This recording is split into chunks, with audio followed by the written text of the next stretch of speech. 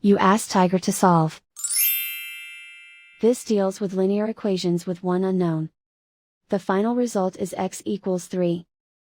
Let's solve it step by step. Group all constants on the right side of the equation. Subtract 1 from both sides. Group like terms. Simplify the arithmetic.